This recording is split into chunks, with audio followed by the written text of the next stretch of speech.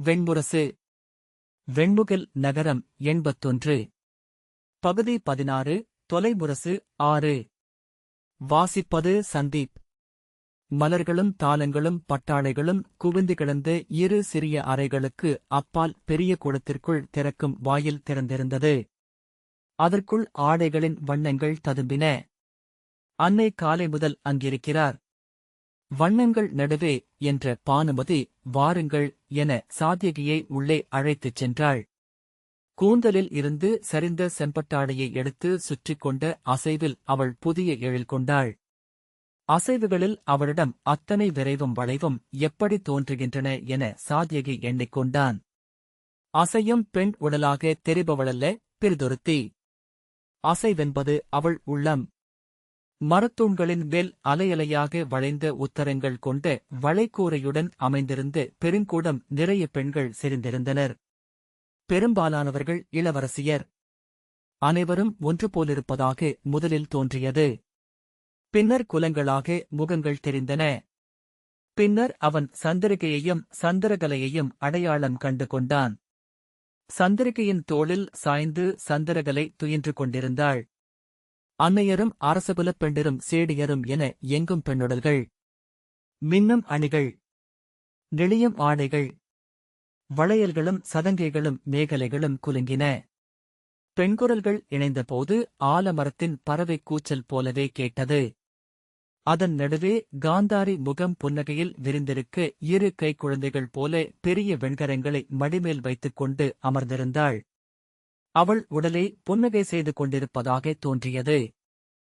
சத்யசேனை கூட்டத்தை ஊடுருவி வந்து அமர்ந்து கொண்டிருந்த இளவரசிகளுக்கு அப்பால் நின்று ஏதோ சொன்னாள். ஓசைகளில் அது மறைய சத்யவிரதை என்ன என்றாள். அவர்கள் வந்து கொண்டிருக்கிறார்கள். மாலையில் வந்துவிடுவார்கள். அவளைக் கடந்து சென்ற சேடியின் கையிலிருந்த பெரிய பூத்தாலத்தால் அவள் முகம் மறைந்து மீண்டும் தோன்றியது. யார் என்றாள் காந்தாரி. அவளிடம் சொல்ல இருவரை கடக்க காலெடுத்து வைத்து முடியாமல் நின்று சத்யசேனை சுஹஸ்தனும் திருதஹஸ்தனும் வாதவேகனும் சுவர்ச்சஸும் ஆதித்யகேதுவும் மச்ச நாட்டுக்கு சென்றிருந்தார்கள் அல்லவா? இளவரசிகளுடன் வந்து கொண்டு அவள் சொல்லிக் கொண்டிருக்கையிலேயே சுஸ்ரவை ஓடிவந்து, அக்கா, அமைச்சர் கனகர் தங்களை சந்திக்க வந்திருக்கிறார் என்றாள். என்னையா என்று சத்யசேனை திரும்பி ஓடினாள். காந்தாரி, இளவரசியர் எப்போது வருகிறார்கள் என்றாள்.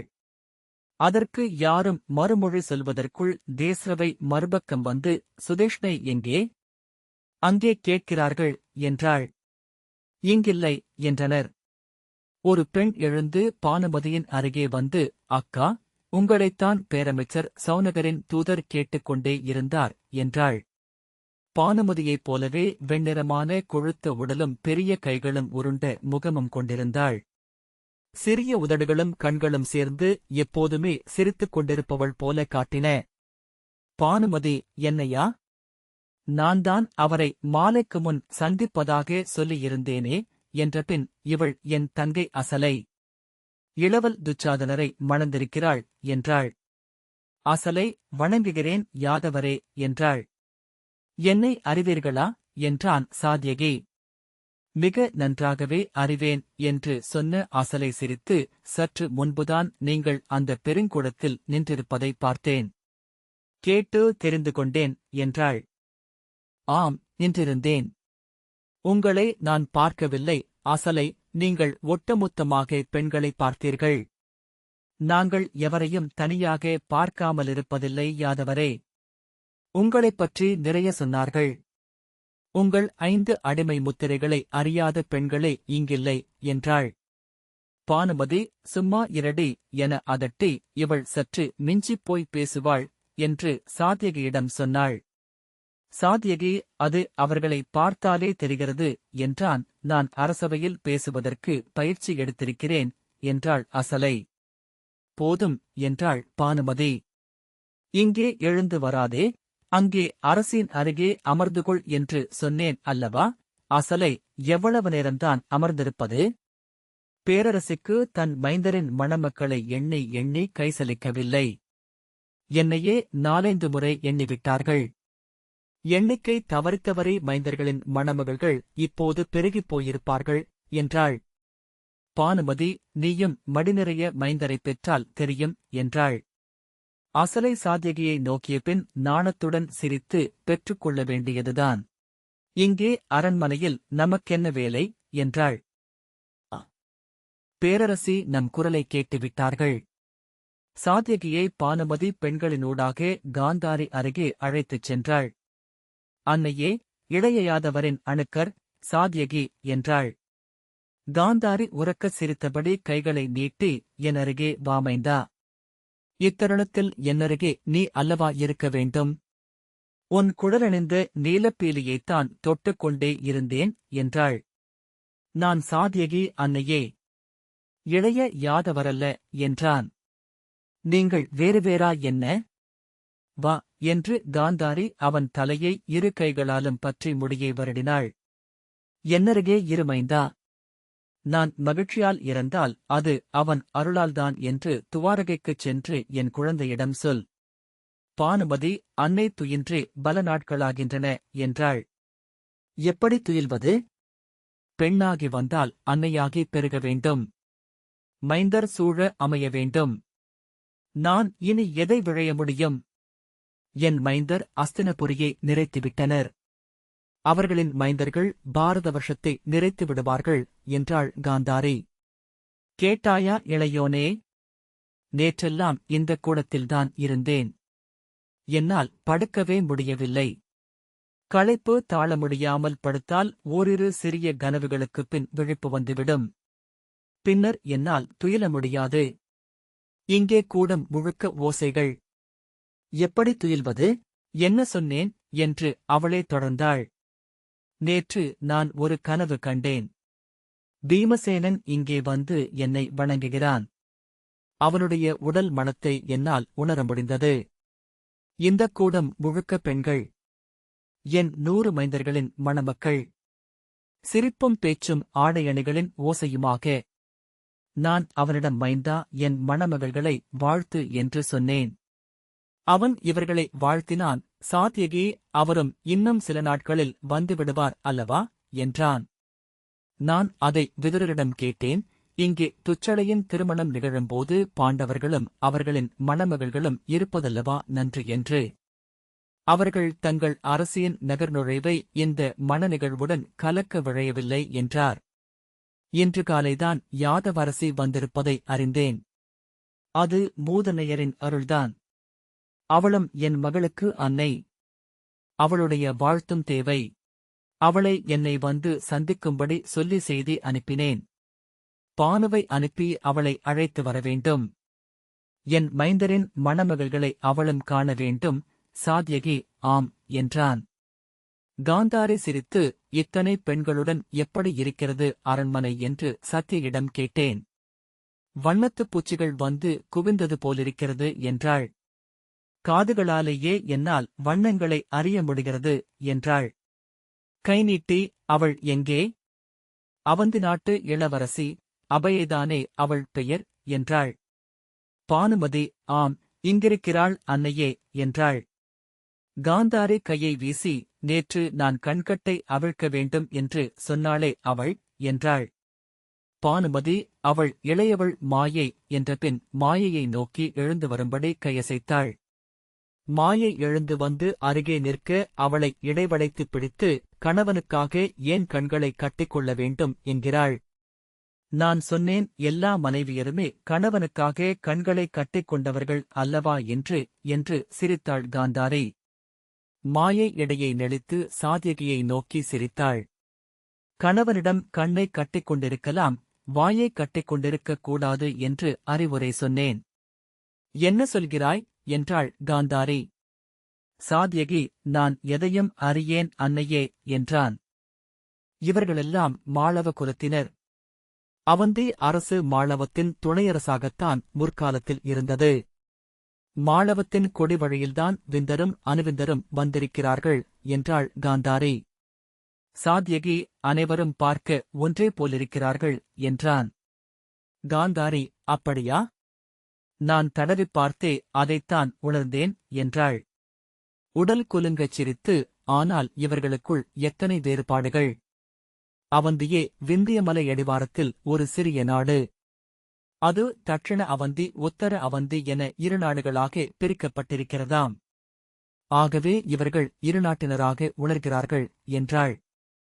சாத்யகி மாகிஷ்மாவதிதானே தலைநகரம் என்றான். தட்சிண அவந்திக்கு மாகிஷ்மாவதி தலைநகரம். அதை விந்தர் ஆட்சி செய்கிறார்.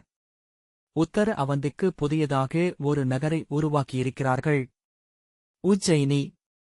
அது மாகாளிகையின் நகர். அதை அனுவிந்தர் ஆள்கிறார். நடுவே ஓடும் ஒரு ஆறுதான் இரு நாடுகளையும் பிரிக்கிறது. என்னடி ஆறு அது? மாயை மெல்லிய குரலில் வேத்ராவதி என்றாள். ஆம், வேத்ராவதி. அந்த ஆறு இவர்களுக்கு நடுவே ஓடுவதை ஒவ்வொரு பேச்சிலும் கேட்கலாம் என்றாள் காந்தாரி. 5 பேர் விந்தரின் பெண்கள். யாரடி அவர்கள்? ஒருத்தி புன்னகையுடன் நாங்கள் 5. அபயை, காமாரி, சகை, சுகுமாரி, சுகிர்தை என்றாள். நீ யார்? நான் சுகுமாரி. மற்ற 7 அனுவிந்தரின் பெண்கள். மாயைதானே நீ? சொல் உங்கள் பெயர்களை. மாயை வெட்கத்துடன் சாத்யகியை நோக்கிய பின் கிருதை, மாயை, வரதை, சிவை, முத்ரை, வித்யை, சித்ரை என்றாள். பார், இத்தனை பெயர்கள். எல்லாமே தேவியின் பெயர்கள் கூட. இவர்களை எப்படி நினைவில் நிறுத்துவது? இப்படி மீண்டும் மீண்டும் கேட்டு பயில வேண்டியதுதான். இப்போது மூத்த 2 மனைவியர் பெயர்கள்தான் நினைவில் உள்ளன. பானுமதி, இளையவள் பெயர் வைசாலி என்றாள். அசலை கைதூக்கி அன்னையே, என் பெயர் அசலை. அசையாதவள். மலை போன்றவள். மலை, மலை என்றாள். பெண்கள் சிரிப்பை அடக்கினார்கள். நீயா மலை போன்றவள்? கொடி போலிருக்கிறாய் என்றாள் காந்தாரி. அஸ்தனபுரியின் மடைமகனின் திறனை நம்பியிருக்கிறேன் அன்னையே. அடுத்த சித்திரையில் மலையாக மாறிவிடுகிறேன். காந்தாரி, சி குறும்புக்காரி. கேட்டாயா யாதவா? இந்தக் கூட்டத்திலேயே இவளுக்குத்தான் வாய் நீளம் என்றாள். இத்தனை பெயர்களையும் சொல்லிக் கொண்டிருந்தால் எனக்கு தேவி விண்மீட்பு அளித்து விடுவாள். சத்யவரதை உள்ளிருந்து வந்து அப்படித்தானே இளவரசர்களின் பெயர்களையும் நினைவில் நிறுத்தினோம் என்றாள். காந்தாரி முகம் சிவக்கச் சிரித்து ஆம் என்றாள். எங்களை விட அவர்களின் தந்தை எளிதில் அவர்களை அடையாளம் கண்டுகொள்வார். காலடியோசையே அவருக்கு போதுமானது. சாத்யகி, இப்போது படைகளாலும் இரு நாடுகளாகவா இருக்கின்றது அவந்தி என்றான். ஆம், அதுதான் இவர்களிடையே இத்தனை உளவேறுபாடு. ஒரு நிலம் 2ஆக இருந்தால் உள்ளங்களும் அப்படியே ஆகிவிடும். நான் இவர்களிடம் சொன்னேன், வேத்ராவதியை மறந்துவிடுங்கள். உங்கள் நாட்டை சுற்றிச் செல்லும் பெருநதியாகிய பயஸ்வினியை நினைவில் நிறுத்துங்கள். உங்கள் நாட்டுக்குமேல் எழுந்து நிற்கும் விந்திய மலைமுடியான ரிக்ஷாவதத்தை எண்ணுங்கள். நீங்கள் ஒன்றாக இருக்க முடியும். இந்த அரண்மனையில் இடமில்லை. இது மிகத் தொன்மையானது. நாங்கள் 10 அரசியரும் ஒன்றாக இருந்தமையால்தான் இதற்குள் வாழ முடிந்தது. சாத்யகி தன்னுள் சம்பனை பற்றிய எண்ணம் எழுவதை ஓர் உடல் நிகழ்வு போன்றே உணர்ந்தான். அதை அவன் வென்றது அவனில் அசைவாக வெளிப்பட்டது. பானுமதி அவனை நோக்கியபோது அவள் அதை புரிந்து கொண்டாள் என்பது அவனுக்கு திகைப்பூட்டியது. மனிதர்கள் இத்தனை நுட்பமாக உள்ளங்களை புரிந்து கொள்ள முடியுமென்றால் உள்ளம் என்பதுதான் என்ன? காந்தாரி, இங்கே இத்தனை செல்வங்களைக் கண்டதும் நான் நினைத்துக் கொண்டதெல்லாம் யாதவ அரசியைத்தான். அவள் என்னையும் என் மைந்தரையும் வெறுப்பவள் என அறிவேன். ஆனாலும் அவள் இங்கிருக்க வேண்டும் என விழைந்தேன். இவர்களைப் பார்த்தால் அவள் உள்ளமும் மலரும் என்றுதான் தோன்றியது என்றாள். சாத்யகி, நான் அன்னையிடம் சொல்கிறேன். அவர் இங்கு வருவதில் மகிழ்வார் என்றே நினைக்கிறேன். இல்லையேல் நாளை இளைய யாதவர் வருகிறார். அவரிடம் சொல்லி அழைத்து வருகிறேன் என்றான். காந்தாரி, இளைய யாதவன் நாளை வருகிறானா? ஆம், சொன்னார்கள். நாளைதான் என்றாள். அவன் வந்ததுமே இங்கு அழைத்து வரச் சொல். நான் பார்த்த பின்னர்தான் அவன் வேறு எங்கும் செல்ல வேண்டும் என்றாள். ஆணை என்றான் சாத்யகி. பேச்சை மாற்ற விழைபவள் போல பானுமதி, பாஞ்சாலத்து இளவரசி எனக்கொரு பரிசு கொடுத்தனுப்பியிருக்கிறாள் அன்னையே என்றாள். ஒரு கணையாழி. வெண்கல் பொறிக்கப்பட்டது. காந்தாரி, வெண்கல்லா? அது மிக அரிதானது அல்லவா? கொடு என கையை நீட்டினாள். அவள் உள்ளங்கை மிகச் சிறியதாக இருப்பதை சாத்யகி வியப்புடன் நோக்கினான். சிறுமியருடையவை போன்ற விரல்கள். பானுமதி கணையாழியை கொடுத்ததும் அதை வாங்கி விரல்களால் தடவி நோக்கி, தொன்மையானது என்றாள். வெண்ணிற வைரம் 100 மகாயுகம் மண்ணுக்குள் தவம் இயற்றியது என்பார்கள். பானுமதி, ஆம் அன்னையே என்றாள். அந்தத் தவத்தால் அது இமய மலைமுடி என குளிர்ந்திருக்கும் என்று சொல்வதுண்டு. காந்தாரி, சூதர் தீர்க்கசியாமர் இருக்கிறாரா பார். அவரை வரச் சொல். இந்த வைரத்தைப் பற்றி அவர் என்ன சொல்கிறார் என்று பார்ப்போம் என்றாள். சத்யவிரதை வெளியே சென்றாள். சற்று நேரத்தில் தீர்க்கசியாமர் சிறிய மகரையாடன் நடந்து வந்தார். அவருடன் முதிய விரலி ஒருத்தியும் சூதச் சிறுவரும் வந்தனர். தீர்க்கசியாமர் உறுதியான கரிய சிற்றுடல் கொண்ட இளையவர் என்றாலும் முதியவர் போல மெல்ல காலெடுத்து வைத்து நடந்தார். அந்த நடையைக் கண்டபின் ஒரு கணம் கழித்து அவருக்கு விழியில்லை என்று சாத்யகி அறிந்து கொண்டான். இவரது சொற்கள்தான் எனக்கு மிகத் தெளிவாக தெரியக்கூடியவையாக உள்ளன. இங்கே நெடுங்காலமாக இவர்தான் அவைப்பாடகர் என்றாள் காந்தாரி. தீர்க்கசியாமர் பிறவியிலேயே விழியற்றவர். முன்பு இங்கு பேரரசரின் ஆசிரியராக முதுசூதர் தீர்க்கசியாமர் என்பவர் இருந்தார். பீஷ்மபிதாமகருக்கே அவர்தான் ஆசிரியர் என்கிறார்கள். அவரது ஆலயம் தெற்கு கோட்டை வாயிலருகே இசைச்சூதர்களின் 4 தெருக்கள் கூடும் முனையில் உள்ளது. அவரைப் போலவே விழியற்றவராகவும் சொல்லில் ஒளி கொண்டவராகவும் இவர் இருந்தமையால் அப்பெயரை இவருக்கும் இட்டார்களாம் என்றாள். தீர்க்கசியாமர் சிறுவர்களால் வழிகாட்டப்பட்டு வந்து பீடத்தில் அமர்ந்தார்.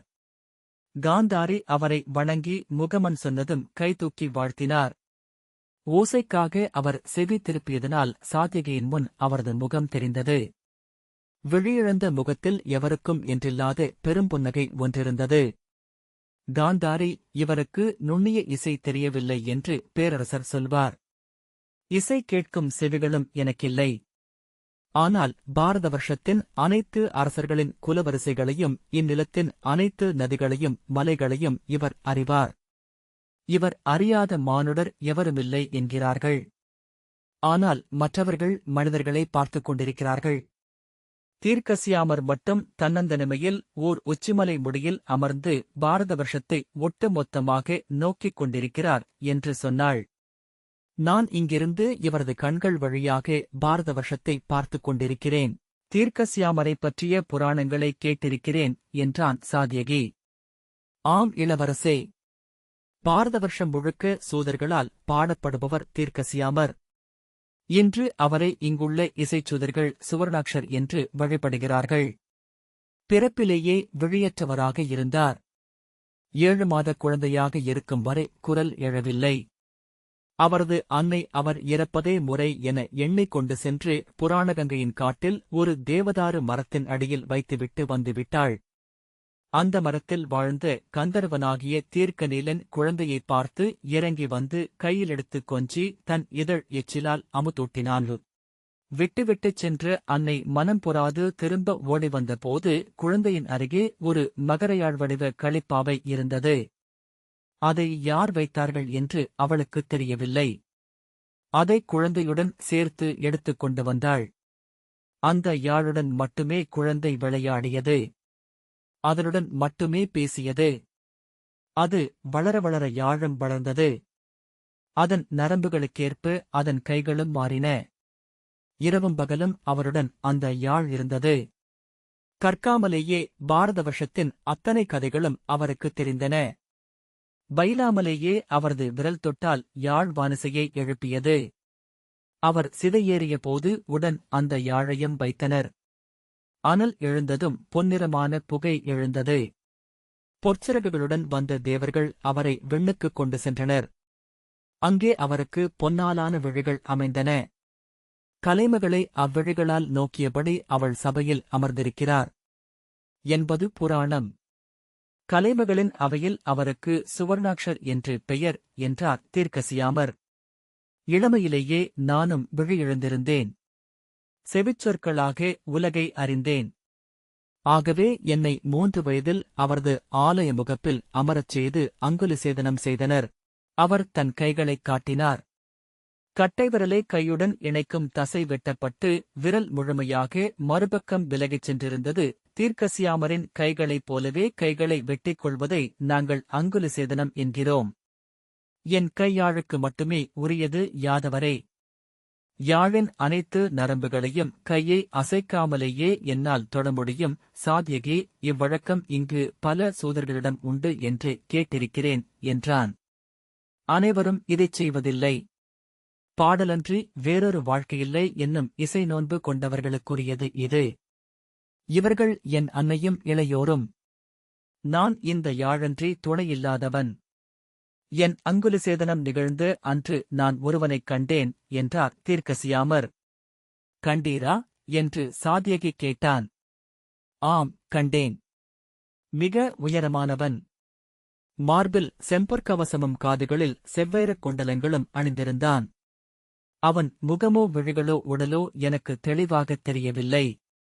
அவன் கவசத்தையும் குண்டலத்தையும் அண்மையிலெனக் கண்டேன். இன்றும் அக்காட்சி என்னுள் அவ்வண்ணமே திகழ்கிறது. அன்று நான் கண்டதைப் பிற எவரும் காணவில்லை என்று அறிந்து கொண்டேன். அன்று முதல் பிறர் காணாததைக் காண்பவனாக என்னை ஆக்கிக் கொண்டேன். அவனை மறுமுறை காண முடிந்ததா என்றான் சாத்யகி. இல்லை, அவனை நான் மறுமுறை காணும்போது என் பிறவி நோக்கமும் முழுமையடையுமென நினைக்கிறேன். அதுவரை காத்திருப்பேன். காந்தாரி இதையே சொல்லிக் கொண்டிருக்கிறார். இவர் கண்டது ஏதோ கந்தர்வனையோ தேவனையோதான் என்கிறார்கள் என்றாள். தீர்க்கசியாமர், இல்லை பேரரசி, அது சூரியன் என்கிறார்கள். அது சித்திரை மாதம், உத்தராயணத்தின் முதல் நாள். அன்று பிரம்ம முகூர்த்தத்தில் சூரியன் எழுந்தான். 1000 வருடங்களுக்கொருமுறை நிகழ்வது அது என்று நிமித்திகர் சொன்னார்கள் என்றார். அந்த நாளை இன்றும் நிமித்திகர் முழுமையாகவே குறித்து வைத்திருக்கிறார்கள். சூதரே, இந்த வெண்ணிற வைரத்தை தொட்டுப் பாருங்கள். இதைப் பற்றிய உங்கள் சொற்களை அறிய விழைகிறேன் என்று நீட்டினாள் காந்தாரி. தீர்க்கசியாமர் அதை வாங்கி தன் விரல்களால் நெருடியபடி தலையை ஆட்டிக் கொண்டிருந்தார். பெருமூச்சு விட்டபடி அதை தன் முன் வைத்தார். அழகிய வெண்ணிற வைரம். பால்துளி போன்றது. முல்லைப்பூ போன்றது. இளமைந்தனின் முதல் பல் போன்றது. இனிய நறுமணம் கொண்டது. பஞ்சு விதை போல் மென்மையானது. இது லட்சுமியின் வடிவம் அல்லவா? பரமனின் தூய சத்வகுணத்தின் வடிவமானவள் லட்சுமி. மகாபத்மை, மணிபத்மை, ஆகாயபத்மை. அனைத்து செல்வங்களுக்கும் தலைவி. அனைத்து அழகுகளுக்கும் அரசி. அனைத்து நலன்களுக்கும் இறைவி. இரக்கம், மென்மை, அமைதி, மங்கலம் ஆகியவற்றின் இருப்பிடம். விழைவு, சினம், சோம்பல், அகங்காரம் ஆகியவை துளியும் தீண்டாத தூய பேரிருப்பு. வைகுண்டத்தில் உலகாற்றி உறங்குபவனுக்கு பணிவிடை செய்யும் பத்தினி. கைலையில் எரிவடிவோனின் இயற்பாதி. சொல்லாக்கி புணவி இயற்றுபவனின் சித்தத்தில் அமர்ந்தவள். சதி, விண்ணரசி, மண்மகள், நீர்களின் தலைவி. செல்வம், சிறுதிரள், மரம், வெற்றி, வீரம், மைந்தர், வேழம், கல்வி என எண்வடிவம் கொண்டு இங்கு எழில் நிறைப்பவள். அவள் கையமர்ந்த மணி இது. அவள் வடிவாக எழுந்தருளும் ஒளி. இதை வைத்திருக்கும் இளவரசி சத்வகுணம் கொண்டவள். பெண்களில் அவள் பத்மினி. வெண்டாமரை நிறமும் கொண்டவள். தாமரைத் தண்டு போல குளிர்ந்தவள். அன்பும் பொறையும் கொண்டு இந்த அரசகுடி விளங்க வந்த திருமகள். அவள் குணமறிந்து அளிக்கப்பட்ட இந்த வெண்மணி என்றும் அவள் வலது சுட்டு விரலில் இருக்கட்டும். கொற்றவையால் திருமகளுக்கு அளிக்கப்பட்ட செல்வம். இது வாழ்க என்றார் தீர்க்கசியாமர். ஒரு தருணத்திலும் இதை தேவி தன் உடலில் இருந்து விலக்கலாகாது. இது அவளுடன் இருக்கும் வரை தீதேதும் நிகழாதென்று என் சொல் இங்கு சான்றுரைக்கிறது. இங்கு பொலிருந்திருக்கும் பெண்களில் தேவியின் 5 முகங்களும் நிறைவதாக. அவர்களின் அழகிய திருமுகங்கள் எழில் பெறட்டும். வீரத்திருவழிகள் ஒளி பெறட்டும். அவர்களின் நெஞ்சில் அனலும் சொற்களில் பனியும் நிறையட்டும். அவர்கள் அள்ளி வைத்த விதை நெல் முளைவிடட்டும். அவர்கள் ஏற்றி வைத்த அடுமனைகளில் அன்னம் பொங்கட்டும். ஓம் அவ்வாறே ஆகுக. தீர்க்கசியாமர் பாடி முடித்து தலை வணங்கினார். காந்தாரி உதடுகளை அழுத்தியபடி மெல்ல விசும்பி அழுது கொண்டிருந்தாள். அன்னையே, என்ன இது என்று பானுமதி அவள் கைகளைப் பற்றினாள். காந்தாரி அடக்க முடியாமல் முகத்தைக் கைகளால் பொத்தியபடி பெரிய தோள்கள் அதிர அழுதாள். பெண்கள் திகைப்புடன் நோக்கினர். அசலை அவளைத் தொடப்போக பானுமதி வேண்டாம் என கை காட்டினாள். விசும்பல்களும் மெல்லிய சீரல்களுமாக காந்தாரி அழுது மெல்ல ஓய்ந்தாள். மேலாடையால் கண்ணைக் கட்டிய நீலத்துணி நனைந்து ஊற வழிந்த கண்ணீரை துடைத்தாள். பேரரசி, தாங்கள் ஓய்வெடுப்பதாக இருந்தால் என பானுமதி சொல்ல வேண்டாம் என்று காந்தாரி கையசைத்தாள். ஏனோ இதுதான் முழுமை என்று தோன்றிவிட்டதடி. இந்த இனிமை, இந்த நிறைவு, இதற்குமேல் இல்லை என்று தோன்றிவிட்டது. என்னுள் முகமற்ற பேரச்சம் நிறைந்தது. சொல்லத் தெரியவில்லை. அதன்பின் வெறுமை. பானுமதி, அன்னையே, இன்பத்தின் உச்சத்தில் உள்ளம் அந்த நாடகத்தைப் போடுகிறது. சற்று பின்னால் வந்தபின் முன்னால் பாயும் பொருட்டு என்றாள். காந்தாரி கண்ணீரைத் துடைத்தபின் பெருமூச்சு விட்டு இருக்கலாம் என்றாள். இருக்கலாம். அப்படித்தான் இருக்குமென எண்ணுகிறேன். என் மைந்தர்கள் இன்னும் வரவேண்டும். இன்னும் இளவரசிகளை நான் மடிமேல் வைத்து கொஞ்ச வேண்டியிருக்கிறது. அவள் முகம் மீண்டும் மலர்ந்தது. இளையோனே என்றாள். அன்னையே என்றான் சாத்யகி. இளைய யாதவனை நான் பார்க்க விழைகிறேன். உடனே சாத்யகி, நான் அழைத்து வருகிறேன் என்றான். நான் மட்டும் அல்ல, இங்குள்ள அத்தனை பெண்களும்தான் அவனை எண்ணே காத்திருக்கிறார்கள் என்று காந்தாரி சிரித்தாள். தீர்க்கசியாமர் எதையும் அறியாதவர் போல புன்னகை எழுதி பொறிக்கப்பட்ட முகத்துடன் இருந்தார். சூதர் எங்கே என்றாள் காந்தாரி. இங்கிருக்கிறேன் அரசி. காந்தாரி, நன்று சொன்னீர். என் இல்லத்தில் லட்சுமி பெருகி நிறைய வேண்டுமென வாழ்த்தினீர். நன்றி என்றாள். சூதர் நலந்திகழ்க என வாழ்த்து எழுந்து வணங்கி பரிசில் பெற்று சென்றார். சாத்யகி, அன்னையே, நான் கிளம்புகிறேன். மாலை அரசவைக்கு செல்ல வேண்டும். அதற்கு முன் அன்னையையும் பார்க்க வேண்டும் என்றான். காந்தாரி, இளைய யாதவனுடன் நாளை நீ வருவாய் என நினைக்கிறேன் மைந்தா என்றாள். பின்னர் சற்று தயங்கி, நீ யாதவனை மட்டும் கூட்டி வந்தால் போதும். யாதவ அரசி இங்கு வரவேண்டியதில்லை. என் மகளிரை அவள் பார்க்க வேண்டியதுமில்லை என்றாள். சாத்யகி, அது முறைமைப்படி என்று சொல்லத் தொடங்க, வேண்டாம் மைந்தா என்று காந்தாரி உறுதியான குரலில் சொன்னாள். இந்த வாசிப்பை கேட்டதற்கு நன்றி.